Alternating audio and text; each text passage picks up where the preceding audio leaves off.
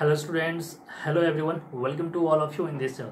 हम लोग आरएलवीपी का न्यूमेरल किए थे, तो आज इसका कुछ क्वेश्चन बच गए थे, तो आज हम करेंगे आरएलवीपी। और हम लोग का last topic abnormal colligative properties अब स्टार्ट होने वाला है, यानी बॉन्ड फैक्टर यानी आई फैक्टर। तो आपको आई फैक्टर पर अच्छे से फोकस करना है। आई फैक्टर के बारे में क्या कहा जा रहा है, उसके बारे में रिलेशंस क्या है, और उसको आपको कोलिगेटिव प्रॉपर्टीज से रिलेट है ना। तो चलिए आज हम लोग सेशन देखते हैं आरएलवीपी का जो बचा हुआ क्वेश्चन। और एबनॉर्मल पढ़ने के बाद अब न्यूमेरिकल सेशन आपको 2-3 आएगा, और उसके बाद हम लोग नेक्स्ट टॉपिक नेक्स्ट चैप्टर की बात करेंगे। और जैसा होगा मैं अपडेट करूंगा कि इसके बाद नेक्स्ट चैप्टर कौन सा होगा। चलिए आज का सेशन आप बेनिफिट उठाएं, और जैसा कि आप जानते हैं इस वीडियो को जितना ज़्यादा शेयर करें, क्योंकि इसका बेनिफिट सभी को हो, तो एक लाइक और सब्सक्राइब बनता है।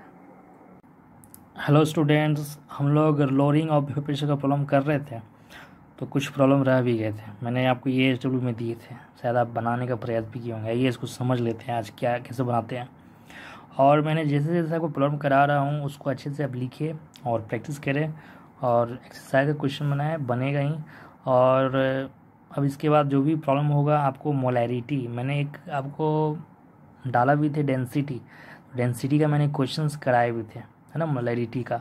तो उस तरह से मैं 1-2 क्वेश्चन और देख लूँगा उसी तरह, है ना। फिर हम बात करेंगे कुछ आईटी का क्वेश्चन, बात करेंगे कंपटीशंस का, तो ये आप ध्यान रखते हैं। आइए एक क्वेश्चन को कंप्लीट करते हैं।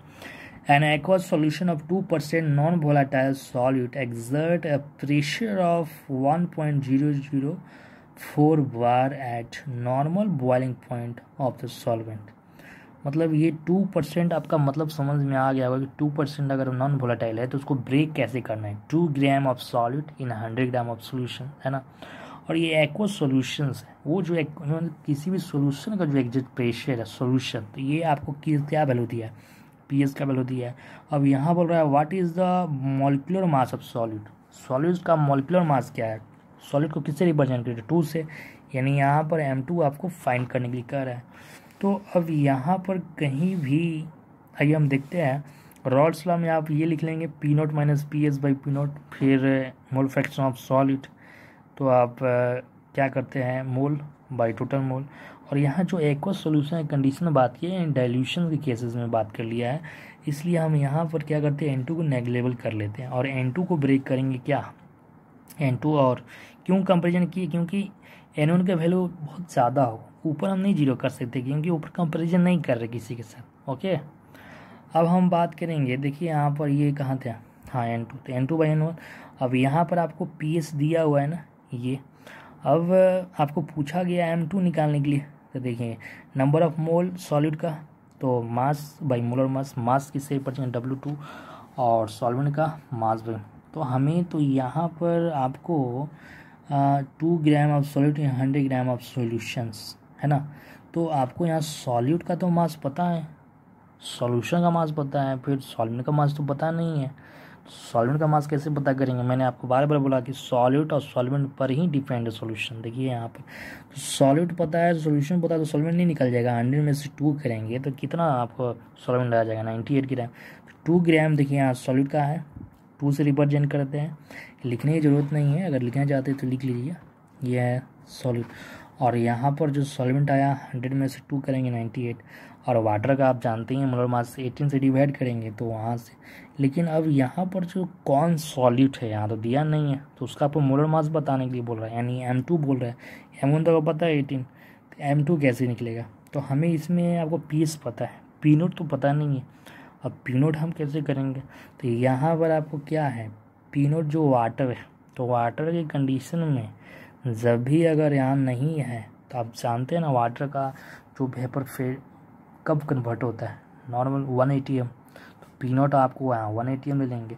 अब आपको यहाँ पर 1.004 बार जो है ना, 1 ATM में कितने बार है आपको मैंने इससे पहले लेक्चर में बात कर ली थी, प्रेशर का यूनिट बताए थे, 1.013 बार ही कन्वर्ट कर लेंगे। तो यहाँ से P0 भी पता हो गया, PS भी, देखिए P0 का वैल्यू यहाँ रख लेंगे और PS का ये और ये।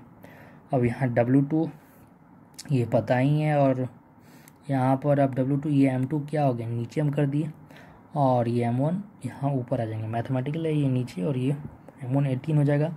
और यहाँ पर हम W1 जो 98 की ना, और यहाँ से हम कैलकुलेट करके M2 निकाल लेंगे। तो ये बेसिकली जो क्वेश्चन बहुत अच्छा क्वेश्चन है, जो कि इसमें बच्चे बहुत कंफ्यूज भी करते हैं, और ये एनसीईआरटी का इन सारा क्वेश्चन है आपको इंटरेस्ट में मिलेगा, है ना। इंटरेस्ट करने का मतलब जो बीच बीच में कभी आप देखे होंगे थ्योरी के नीचे बॉक्स बनाया हुआ रहता है, सॉल्व नहीं किया रहता, उसका क्वेश्चन हो सकता है मे भी, तो आप ध्यान रखेंगे। फिर आइए एक क्वेश्चन और कर लेते हैं, टाइम है अभी। मुझे उम्मीद है ये आप खुद से कर लेंगे, यहाँ पर हमें करने की ज़रूरत नहीं है, क्योंकि आपको इतना मैंने लोअरिंग और वेपर प्रेशर से 3 क्वेश्चन करा दिए, और ये खुद आप थोड़ा कर लेंगे। Vapour pressure of water at, तो वेपर प्रेशर ऑफ वाटर आपको सर ये तो P0 दिया है सर, तो ये कितना आप शॉर्ट में जल्दी बोल रहे हैं। आइए कैलकुलेट वेपर प्रेशर ऑफ जो water at 293 when 25 gram of glucose is dissolve in 450 gram of water. इतने जल्दी में आप हड़बड़ी नहीं कर लीजिएगा। वेपर प्रेशर ऑफ वाटर वो दिया है, अब ये नहीं sir calculate vapour pressure of, फिर वाटर का दिया है तो वाटर पूछा नहीं, वो कब पूछ रहा है जब when 25 ग्राम ऑफ ग्लूकोज, ये जब मिक्स कर रहे हैं इतने ग्राम ऑफ, यानी इतने ग्राम वाटर है और इतने ग्राम ऑफ ग्लूकोज, जब उसको मिक्स किया जा रहा है तब पूछा गया, यानी आपको पूछा जा रहा है PS, तो PS निकालना है यहाँ से। और ऑल्सो आप जानते ही उसी तरह P0 - PS, और ये N2 N1 + N2 इतना मैंने करा दिया। अब यहाँ P0 तो आपको दिया ही है, ये जो P0 दिया है रख लेंगे वैल्यू यहाँ पर। देखिए अब आपको यहाँ पर जो ये N2 नहीं दिया है, तो N2 आइए निकालते हैं यहाँ से। देखिए P0 है, PS और N2 क्या है आपको ये दिया है ना, ये 450 ग्राम किसका मास दिया है, सॉल्वेंट का, तो सॉल्वेंट का मास किससे रिप्रेजेंट W1 450 ग्राम, इसका मोलर मास बताएं। और ये किसका मास है, ग्लूकोज 25 ग्राम, W2 25 ग्राम सॉल्यूट का है, और ग्लूकोज क्या होता है C6H12 और 6, इसका मोलर मास करेंगे तो 180। अब यहाँ से देखिए N2 निकालना है ये हमें सॉल्यूट का, तो N2 गिवन मास और बाई मोलर मास डिवाइड करेंगे ये, और N1 हम कैसे निकालेंगे, ये given mass by molar mass ये निकाल लेंगे यहाँ इस तरह से, है ना। और ये वैल्यूज़ को अब यहाँ पर रखिए, ये वैल्यूज़ और यहाँ रखेंगे तो ये PS निकल जाएगा। तो ये कितने ये क्वेश्चंस नॉर्मली में आपको ये बन जा रहे हैं, तो इसमें कुछ ज़्यादा हार्ड नहीं है, ध्यान देंगे आपको समझ में आ जाएंगे। तो ये वेपर प्रेशर ऑफ जो वाटर सारे दिए हैं P0 PS, तो ये काम होगा डाइल्यूशन जब लगाना होगा, जब एक्वस डाइल्यूशन कंडीशन बोलेगा उसमें बात करेंगे।